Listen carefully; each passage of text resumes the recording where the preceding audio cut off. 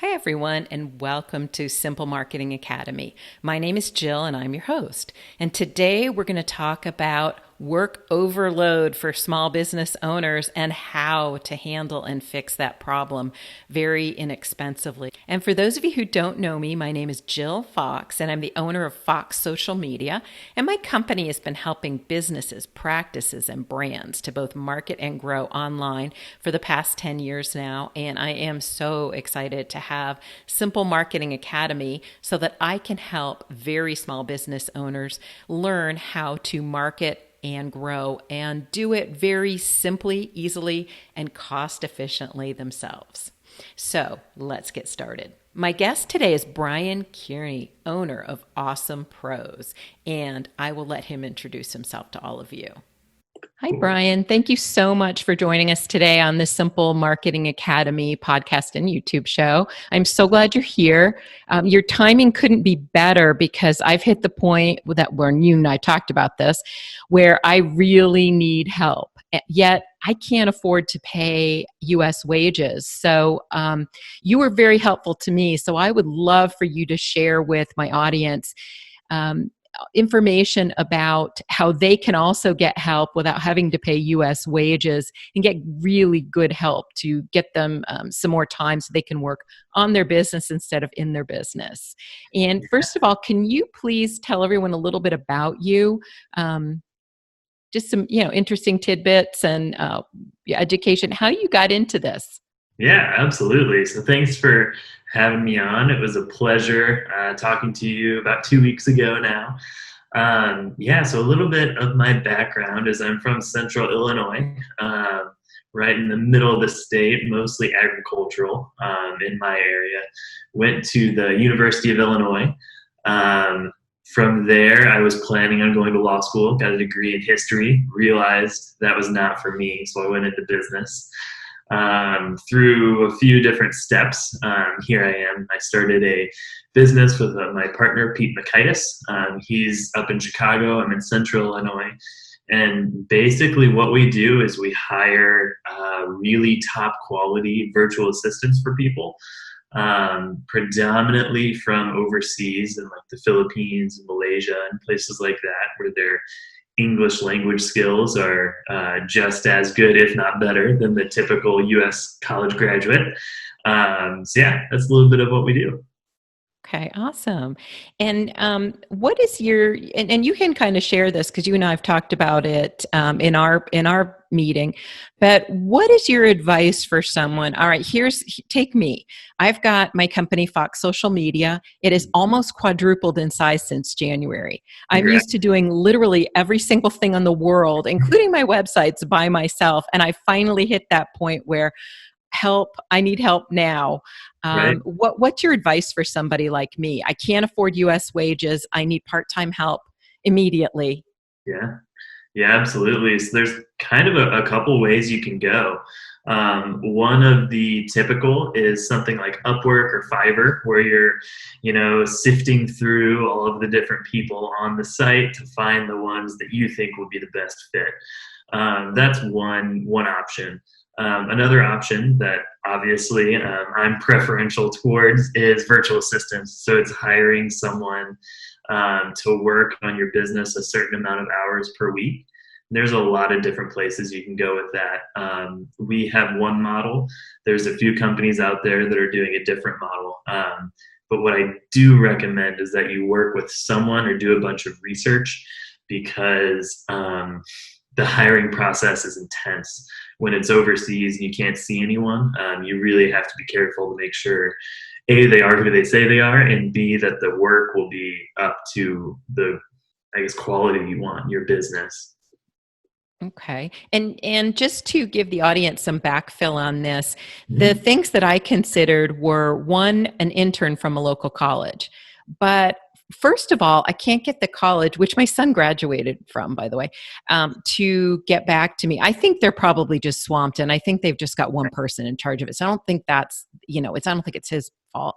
But also, I am not going to be training somebody every 3 months or 6 months even. I really want someone who's going to stick with me.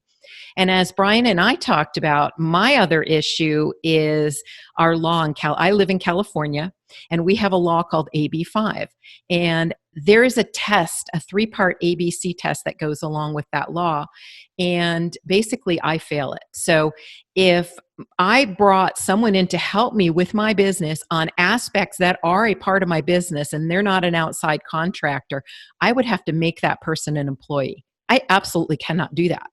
I'm just a small business. I cannot have an employee and everything that entails, from paying their social security to paying their employment taxes to giving them vacation time, paid leave, sick days. Lord only knows what else. But paying workman's comp, all those things that go into it it's not practical or realistic. Now, just a warning, a lot of other states have this very similar law. So if you're looking at hiring someone, you need to check this out and make sure your state isn't one of them. I literally would have to hire someone from another state that doesn't have a law like this, and couldn't have somebody just come into my business and work with me, next to me. So, so my thought was then the best option for me was a VA. So can you tell me a little bit more about what a VA does and how you find them? Yeah, absolutely. So there's a few different types of VAs.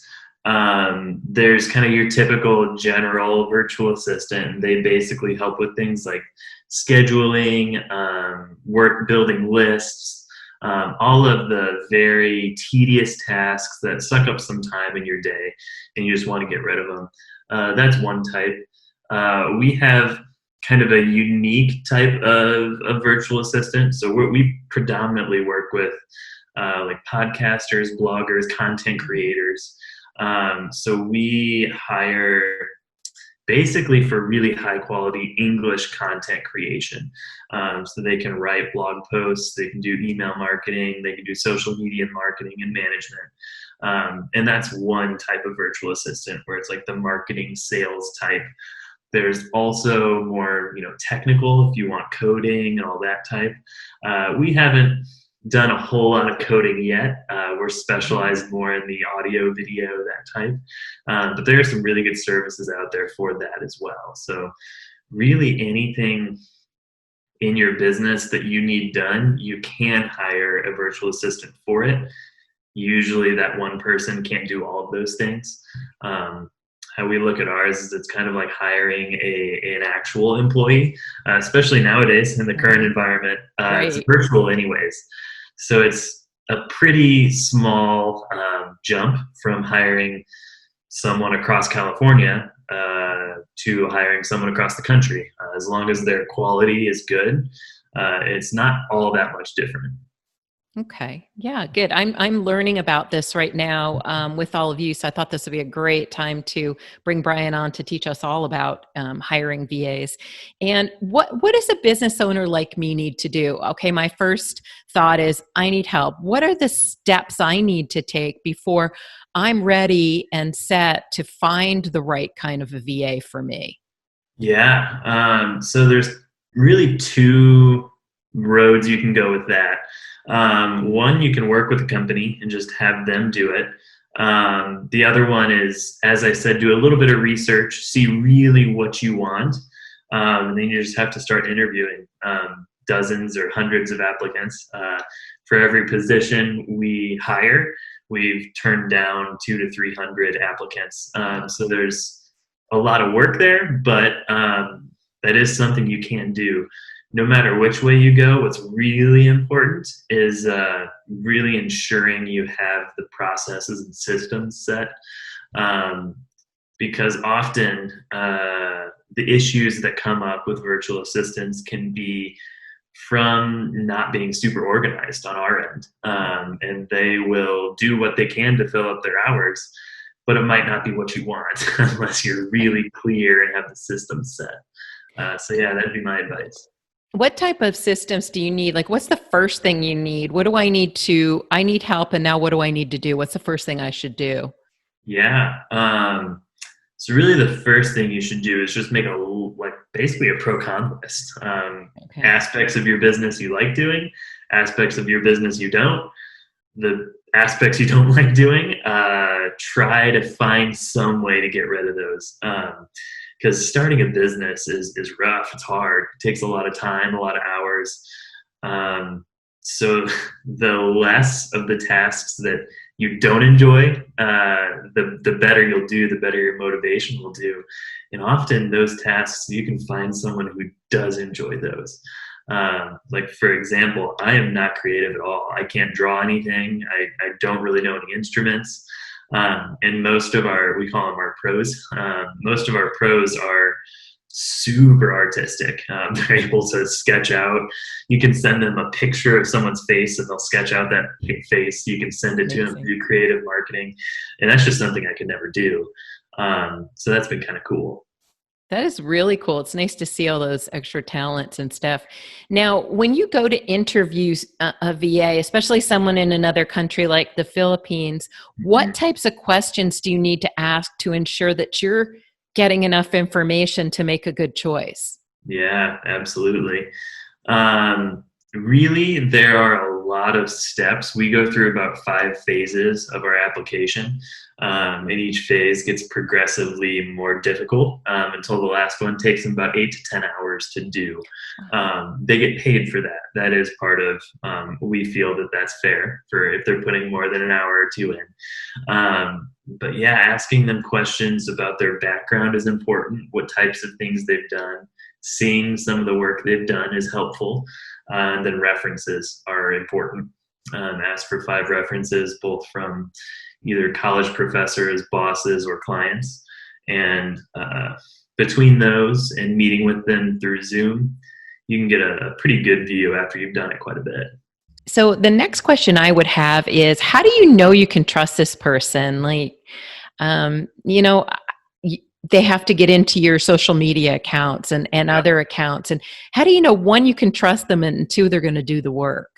Yeah, absolutely. So how I'm running my business is different than a lot of virtual assistant staffing companies.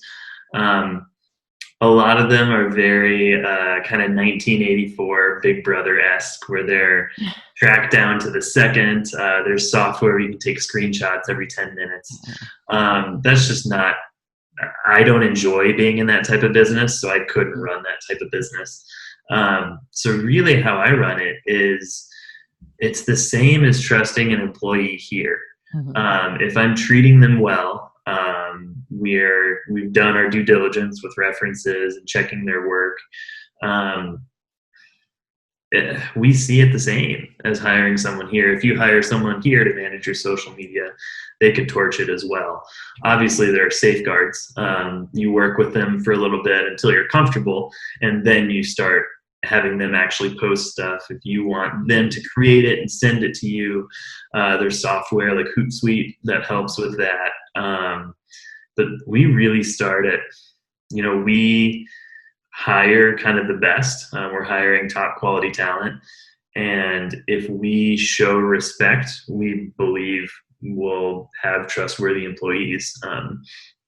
There's a lot of not respectful ways you can work with virtual assistants, and we make sure to treat them as individuals, and then that minimizes it, I believe.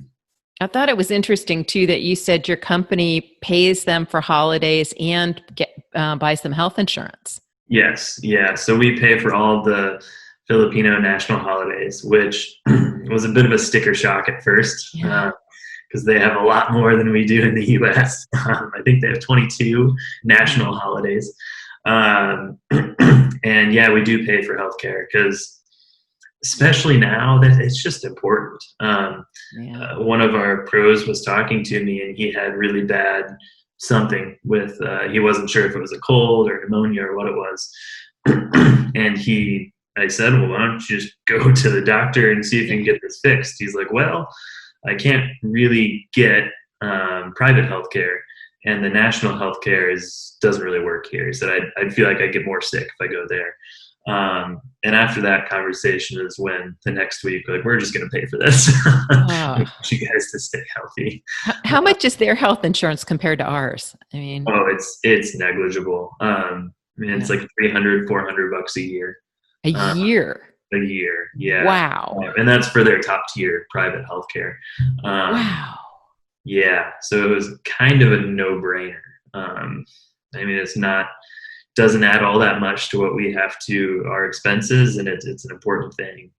So if an individual hired a VA and wanted to pay for their health care, can you do that? Or how does it Yeah. work? Can they just Oh sign yeah. up or Yeah, so they would sign up with one of the private healthcare companies, and then you would just reimburse them. So that's ah, definitely something I recommend.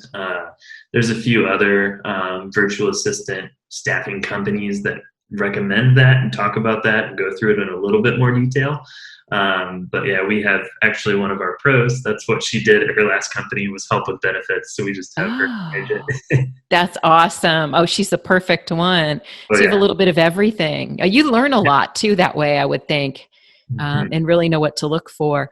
So if you really want to um, take care of these people and make sure um, their their cost of living, how does it equate to ours? Because I know a lot of people say, oh, it's not fair to pay them $500 a month. Yeah, yeah. But the truth is, $500 a month is what a college graduate salary equivalent. Yeah, yeah, that is there. We pay quite a bit more than $500 a month because we are really asking for kind of the top tenth of 1% of talent. Hmm. So we pay accordingly. Yeah, to put it in perspective, so our hourly rate is 11.75, Hmm. and we still are able to pay them what an oil and gas engineer makes in the Philippines. And this is Wow, for creative writing and content creators. It's not something that would really be possible without us helping. So that's yeah, it's been pretty that's gratifying. amazing. So when you say like an oil and gas engineer, could that person afford to buy a home? Oh yeah, oh yeah, Wow. yeah. They'd be able to afford to buy a home. It would it technically our pay scale puts them in the top income bracket in the Philippines. So Wow. it has been good for everyone. Yeah, that's amazing. That's amazing. And I know there's one other thing I want to address too that I know people listening to this might think is one, my two concerns are always taking good care of a person like you do with your company and not taking jobs away from Americans. Yeah, That was made pretty not easy. It's never easy, but with this crazy law that I understand, but I don't think it's been tailored properly. When it right. hits a tiny business like me, it actually forces me to do this. But one of the other things I heard someone else talk about was that if you can grow your business by using staff overseas when you're tiny and can't afford, and Mhm. and as you grow, then you can create positions back home. Right. This allows you to grow in the beginning so that you can create jobs back home down Yep. the road. So it's kind of a win-win for everyone. You're helping Right. good people in another country and building up so that you can help people in the United States as well as your business grows. Yes, absolutely. That's basically how we see it is the average small business, like you said, really can't afford to hire someone locally for 10 to 20 or even 30 hours a week. It often just doesn't make sense. With us, you're able to scale up. So if you need 10 hours a week to begin with, that's where you start. And then if in 9 months you need 15, we go to 15. In another 9 months, if you need 25, we'll go there. So it's a way to scale up your staff that is not as doable if you're using local talent. We're able to find really well, to put it in perspective, we've tested our pros against some of the top journalism schools in the U.S. Number one actually, and our pros came out on top. They wrote better content. So you're not sacrificing quality. You're just able to, like you said, grow a little bit more effectively. One of the things that appealed to me, and I've been doing a ton of research on this, is that I don't want to retrain someone 800 times. I don't want to do it. That's what I dread because that creates more work on top of the work I already have to do. And I don't want to do it. So I would love to find someone amazing that would stay with me and grow with me. And I think one of the things I was reading was that the particular people in the Philippines that choose to be VAs, they're looking to, create this income. They don't want to be an entrepreneur. They don't want to take the risk. They don't want to deal with any of that. So this is the job that they really want to be doing. And I understand that as a stay-at-home mom, when I had my daughter, my first job I made, and I'm a college graduate. I left my job working as an executive assistant for a U.S. senator on Capitol Hill. And the first thing I ended up doing was sticking labels on postcards, 10,000 at a time. I actually went to my dad and called him and said, Dad, you paid for college for me for 4 years, and I am literally sticking labels on postcards. This is obviously, I'm older, so this is back when you were still doing direct mail marketing. So, yeah. So, I understand. And you know what? I was so happy for that job because my goal was to stay home with my child. So for me, I totally get that. I get that an educated person, this is perfect for them. It doesn't tax their brain too much. It provides, this is more, I think, interesting than obviously what I was doing, but it gives them something that's not going to drive them crazy and stress them out and provides that income. Right. Yeah, exactly. How we kind of run our business is we don't say they have to work these hours particularly. We just ask that they work with their client and see what's best for their client.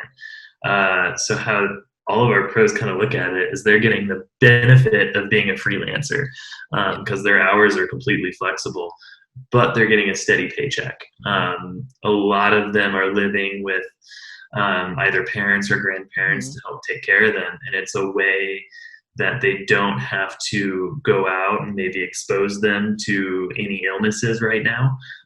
They can still get a really good income. So it's been super gratifying. And no commuting costs, no food, no special clothing. It's pretty nice. Yeah. Yeah. It's been a fun journey. Can you, and I know you guys are relatively new. You're not new to the business, but you're new to this particular company is on the newer side. Right. But do you have any success stories that you can tell? Like, can you tell me a story about, somebody came to you like me who was going crazy and the outcome? Yeah, absolutely. Let me think of which one to do. I think one of my favorites is a person I met through an online community called Smart Passive Income Pro. And she reached out and said, hey, I'm thinking I'm going to need a virtual assistant, but I don't really know what I'm going to be doing. They need to be really high quality because she was working for clients, like professional athlete clients. And she was slumped. She was working probably 60 or 70 hour weeks. It was brutal. And I was able to match her up with a guy who has been perfect for their business. He was initially only supposed to be doing content creation, so social media posts, writing articles. It turned into he's actually a movie editor is his background. And he turned into creating doodle videos for him, doing graphic design. We helped her basically do the back end for a membership site for about a week and a half. And that has been really amazing to see the growth because we were hired for this one thing that was very basic skill. But how we explain it is anything you can train them to do, they can learn. So he's just grown with the role. I think building a membership site was definitely near the pinnacle of what we can do. That's kind of pushing it, but we got it done. Is it on Kajabi? No, it's on Circle. On Circle. Okay. Mm-hmm. You know what? You just described me absolutely 100%. every single thing you just said, I'm thinking, I want that too and that too. My membership site is set up already and it's on Kajabi, but Uh-huh. but identical. I can I have a clone of him, please? If I could He's clone a hundred perfect. of him, oh man, that would be Yeah. fantastic. Yeah. You got to send him out to go find more of him. Right, right, exactly. Oh my gosh, that is so cool. I just love to hear stories like that where it benefits everyone all the way around. Yeah, So, can you tell everybody where they can find you or where they can reach out to you if they need help? And I yeah, know, guys, Brian's super, super helpful in just educating you too. He's not, I guess his term is sales, but he's not your typical sales guy. He's really of the mindset of, you help people and the right people will come and use your service. So, yeah, if you want to tell everyone. yeah, absolutely. So you can reach me at awesomepros.co. We liked that because it rhymes a little bit. So basically, on there, any of the contact forms, you can reach me just at Brian at awesomepros.co. You can email me. Other than that, those are probably the two best ways. If you want to reach me on LinkedIn, you can reach me there as well. Yeah, I'd love to help with any questions. As Jill knows, even if you want help with another company, I'll help you with that too if they're the good fit. So, Yeah, thank you. Yeah, I had a great call with Brian. I learned a lot. And I'll put all those links in the description show notes so that everyone can find you easily. And thank you so much for being here today. This was a really great conversation. And I think that you're really going to help people learn to understand the VA world a little better, like you helped me to understand it. So thanks again. no problem. Thanks for having me. Thank you so much for joining Brian and I today. And I hope this was as helpful for you as it was for me, just newly starting to grow my business. And if you have any questions, leave them in the comments below or feel free to send Brian an email. He's very helpful and very honest too. He'll tell you what the right direction is for your business. So thank you so much again for joining us. If you like this episode and you need more information on how to market and grow your small business, make sure you subscribe, and I'll see you again the next episode.